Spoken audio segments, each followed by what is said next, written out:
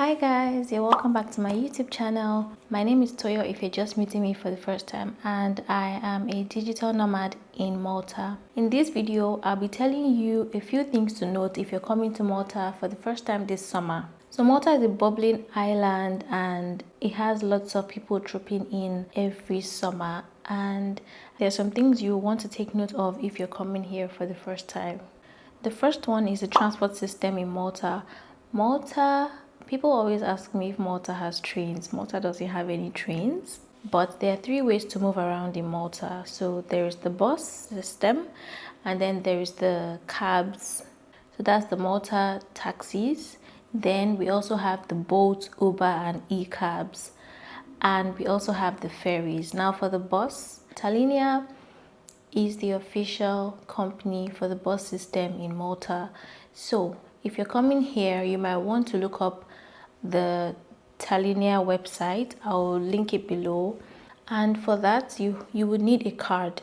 The Talinia system requires you to have a card. So if you're coming here and you already probably have someone here that you're coming to meet, you might want to order your card early to a familiar address. They're going to ask you for your name, a few details, and I think a passport photo so they can put behind your card. You're going to use that card to tap in every time you enter the bus. For the most part, the transportation is free, but if you're using buses that have faster routes, that is like the TD13, it's going to cost about 150 euros for that kind of bus, but most of the other buses are going to be free for you to use. You're just going to put some money into the card and then you can use it. I believe there are also packages for people that are coming here for, let's say, 1 week, 2 weeks. There are packages like that, and then you can just look up everything you need to know about the Talinia app in their website. And so there's also the country's taxi system. You mostly see them in the airport, and then they have their taxi spots around the country. Apart from the taxi system, there is Bolt and Uber. Bolt and Uber and e-cabs. I mostly use Bolt. It's fast, it's easier, and if you do not want the struggle or the hustle of using the bus, you might want to get the app and use that as your transportation while you are in Malta. Also, we have the ferries in Malta, and you can use the ferries to transport yourself from Sliema to Valletta, Valletta to Sliema, Valletta to the three cities as well. So they do not accept you to pay with your credit card, MasterCard, Visa card. They don't allow that. They only accept cash. So I always advise to get your Talinia card. Just get the Talinia card if you can, because transportation is a lot cheaper with it. It's a lot cheaper. The second one is the weather. Malta's weather is very hot right now. So there are some things you want to carry with you while you're here. Your sunscreen, a hat or an umbrella, your water bottle, because you're most likely going to get dehydrated when you're outside. Before I continue, please, I'd like to remind you to please do not forget to subscribe, like, and also leave a comment in the comment section so you help my channel grow. Thank you. Number 3 is your dressing. So like I said before, because of the weather in Malta, you have to dress light. You have to dress light. So do not come with winter clothes or woolly materials, warm materials. You would regret it. Honestly, if you're outside in Malta this summer, you have to dress light. I mean, not saying to expose your body unnecessarily. Dress well enough so you're not uncomfortable. Now, if you're visiting some places, for example, Malta has hundreds and hundreds of churches. You might bump into a couple of them here and there, or you can actually plan to visit the popular and really beautiful ones. There are certain things they expect you to wear, or there's a certain way they expect you to appear. So your shoulders have to be covered, your knees have to be covered, so, and of course your chest area. So just dress appropriately. Other than that, just remember to always dress light.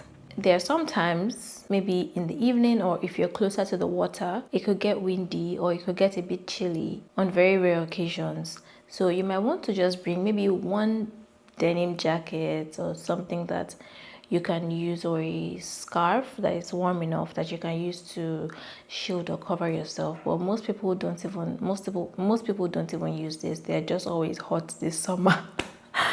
Anyway, so that's it for dressing. And the next one is your shoes. I see people wearing heels in Malta, and I really wonder how they do it, especially in Valletta. I see some ladies wearing heels. I wouldn't advise anyone to wear heels here. I mean, for the most part, if you're going for an occasion, they're comfortable heels to wear, but because of the way the ground is, it's a bit rocky in some places, and then the material they use for the roads, the pedestrian walkway as well, it might not be the best thing or the best option to wear heels. You might want to come with comfortable shoes like sneakers.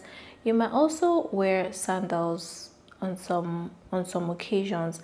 I found out that I think the best footwear for Malta are sneakers, Skechers. You know, you're comfortable, you can move with ease. Sometimes even with the sandals, the floors are a bit slippery. You might want to come with sneakers and maybe slippers that have some friction. So number 5 is Malta is very hilly, especially Valletta. So you might see some roads that look very narrow, and there are some locations where you have to walk up the hill. So I'm just telling you, so if you're not used to it, get ready for it. And like I said before, wear comfortable shoes. Number 6 is plan your attractions early. Plan your attractions early. The reason why I'm saying this is because Malta is getting crowded, and Malta gets crowded during summer periods, and you might want to already have the places you're going to.